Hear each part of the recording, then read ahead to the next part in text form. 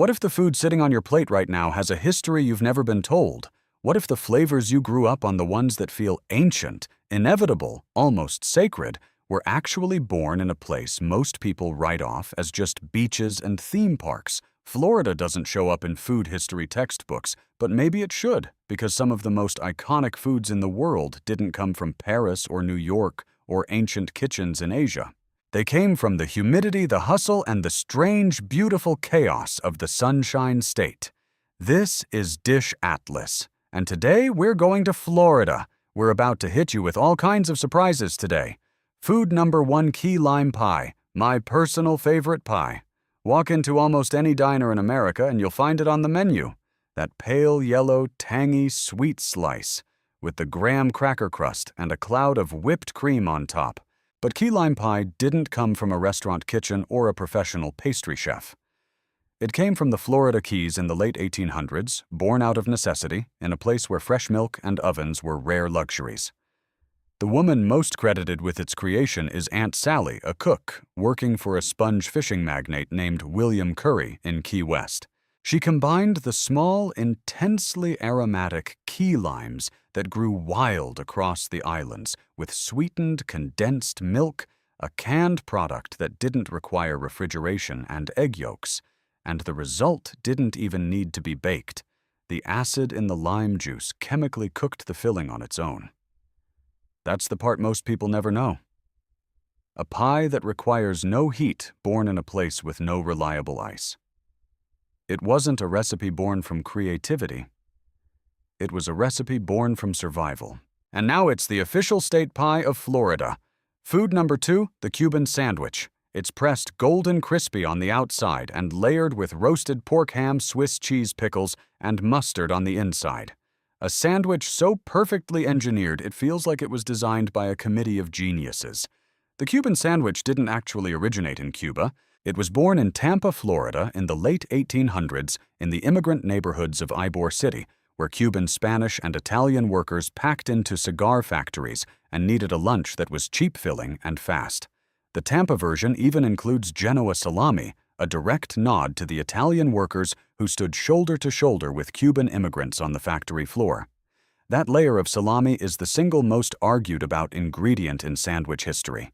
Miami has its own version without the salami, and the rivalry between the two cities over which sandwich is authentic has been raging for over a century.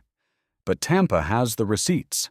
The Cuban sandwich isn't just food, it's a document of immigration of cultures pressed together under heat until something entirely new emerges, which, when you think about it, is exactly what Florida has always been. Food number 3, orange juice. There is no breakfast image more universal than a cold glass of orange juice catching the morning light. It's been on cereal boxes, hospital trays, and hotel buffets for over 100 years. There's nothing that can complement quite literally any breakfast like orange juice can. Believe it or not, orange juice as a mass-consumed daily drink is almost entirely a Florida invention, and it didn't exist the way we know it until the 1940s. Before then, oranges were eaten whole, and juice was considered a luxury, fragile, perishable, and impossible to ship. That changed in 1948 when researchers at the University of Florida developed frozen concentrated orange juice, a process that allowed the flavor of fresh citrus to survive long-distance travel for the first time. The technology was actually accelerated by the U.S. military, which had been searching for a way to deliver vitamin C to troops overseas during World War II. The program didn't reach soldiers in time for the war, but it reached every American kitchen shortly after. Here's the part that stops people cold. Before Florida's orange juice industry took off, most Americans had never tasted orange juice more than a handful of times in their entire lives. Florida didn't just grow oranges, it rewired the American morning, one frozen can at a time. Food number 4, grouper sandwich. Across the Gulf Coast of Florida, there is one sandwich that locals treat less like a menu item and more like a birthright. A thick fillet of fresh grouper, lightly breaded, fried, or grilled, served on a soft bun with lettuce and tomato and a squeeze of lemon. The grouper sandwich as a cultural institution was born in the waterfront fish houses and dockside shacks of Tampa Bay and the Gulf Coast in the mid-20th century, where fishermen sold their daily catch directly to small restaurants that had no need for freezers or supply chains. What made it iconic wasn't technique, it was proximity.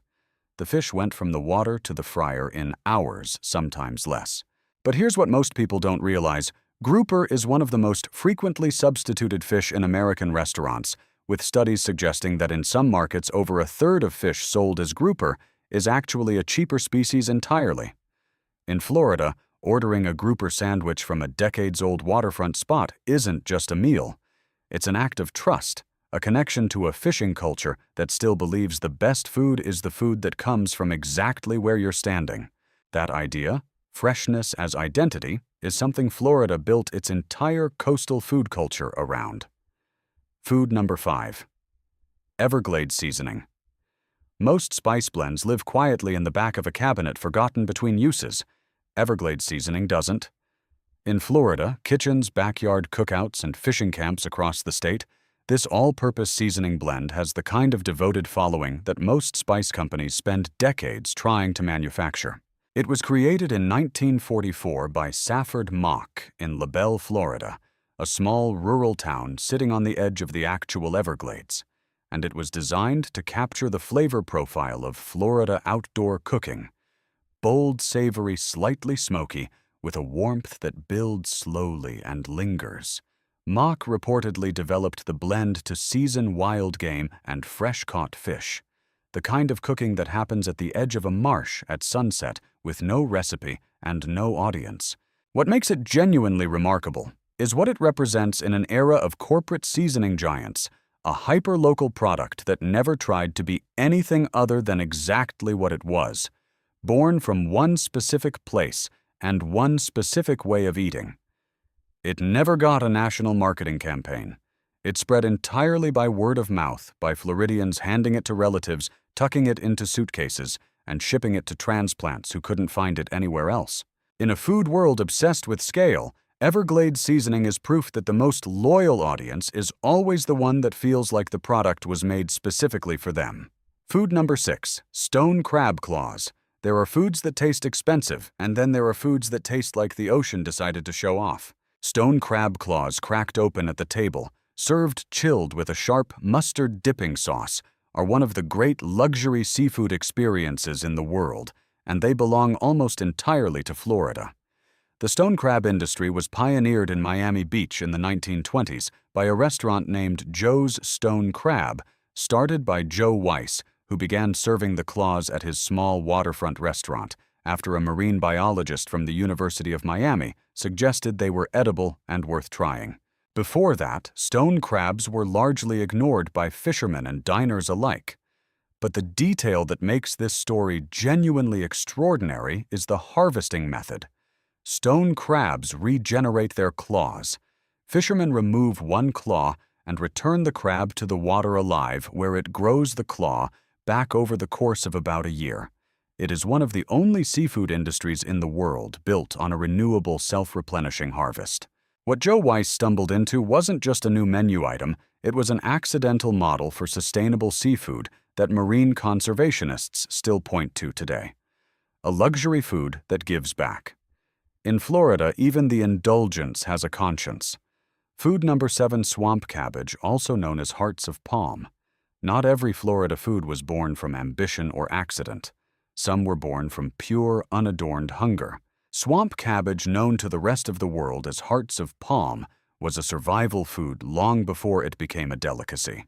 Harvested from the inner core of the sable palm, Florida's official state tree by the Seminole people and early Florida settlers who needed calories in a landscape that didn't make eating easy, the process of getting to it is violent and irreversible. The entire tree must be cut down to reach the tender ivory-white core at its center, which tastes faintly of artichoke, silky and mild, with a texture that's somehow both crisp and yielding at once. Here's the twist that reshapes the entire story: hearts of palm. Today appear on upscale restaurant menus across the world, sold in glass jars at specialty grocery stores, and are now being used as a plant-based meat substitute in vegan cooking, shredded to mimic pulled pork or crab.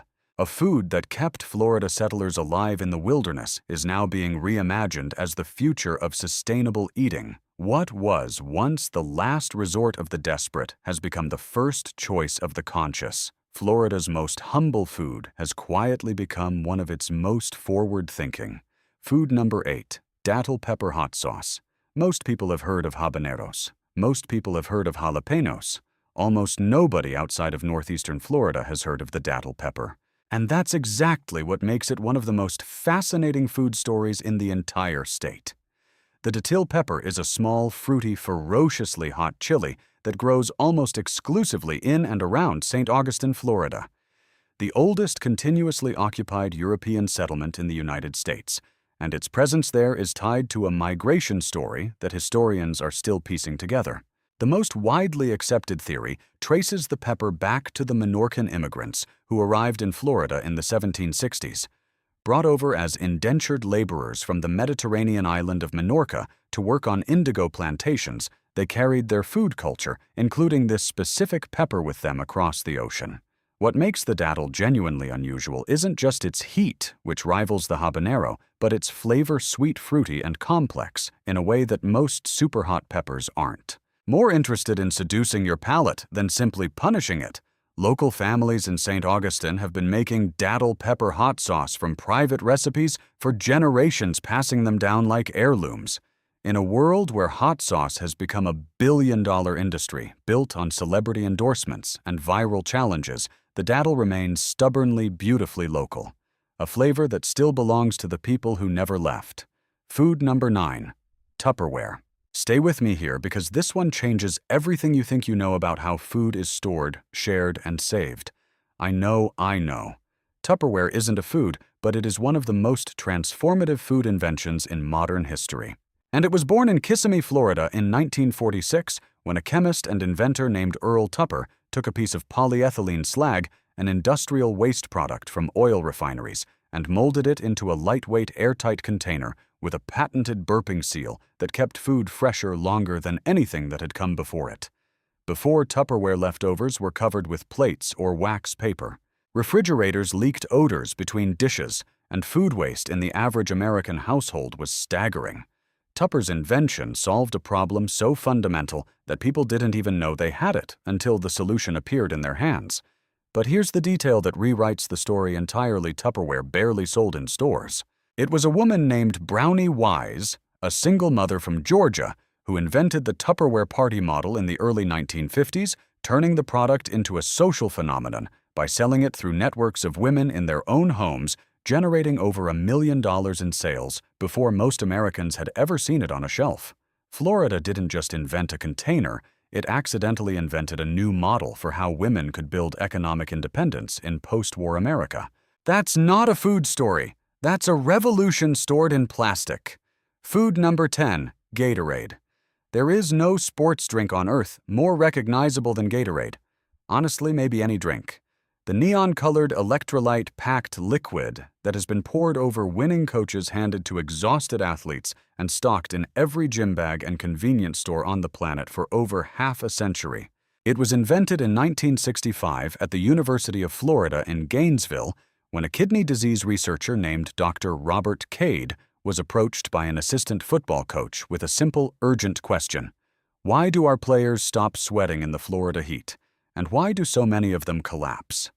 Cade and his team spent weeks studying the Florida Gators, tracking exactly what their bodies were losing during practice in that crushing Gainesville heat. What they found was simple, but devastating. The players weren't just getting tired, they were being chemically drained. Water, sodium, potassium, phosphate, all of it was being burned off faster than their bodies could replace it. So the researchers built a formula to put it back: water, salt, sugar, potassium, phosphate, and lemon juice. The first version reportedly tasted awful. Players hated it. It was harsh, medicinal, more like an experiment than a drink. Then Cade's wife suggested adding lemon flavoring, and that tiny change did what science alone couldn't do. It made the formula drinkable. That's the moment this story turns. A brutal climate problem a lab solution, and one small kitchen table adjustment that helped create one of the most recognizable beverages on Earth. Today, Gatorade is a global giant sold in dozens of countries, used by elite athletes, high school teams, exhausted workers, and weekend joggers who may never have heard of Gainesville in their lives. The University of Florida earned hundreds of millions in royalties from a drink invented because a coach wanted to know why his players were falling apart in the sun. That's Florida in one story: heat so intense it forces invention. And maybe that's the hidden thread running through this entire list. Key lime pie came from isolation. The Cuban sandwich came from immigration and factory labor. Orange juice came from preservation science. The grouper sandwich came from proximity to the water. Everglades seasoning came from outdoor cooking at the edge of the marsh. Stone crab claws turned a neglected species into a sustainable delicacy. Swamp cabbage began as survival food and ended up on upscale menus. Dattle pepper hot sauce stayed fiercely local in a world obsessed with mass-market heat. Tupperware changed not what we eat, but how we keep it. And Gatorade transformed sweat into an industry. None of these stories feel polished in the beginning. That's what makes them real. Florida didn't invent food the way old capitals of the world did, through royal courts or centuries-old culinary schools. It invented through need, through humidity, through migration, through accident, through people trying to solve immediate problems in a state that has always been a little too hot, a little too wet, a little too improvised, and far more influential than it gets credit for. That's why Florida food history surprises people, because it doesn't look like history when it's happening.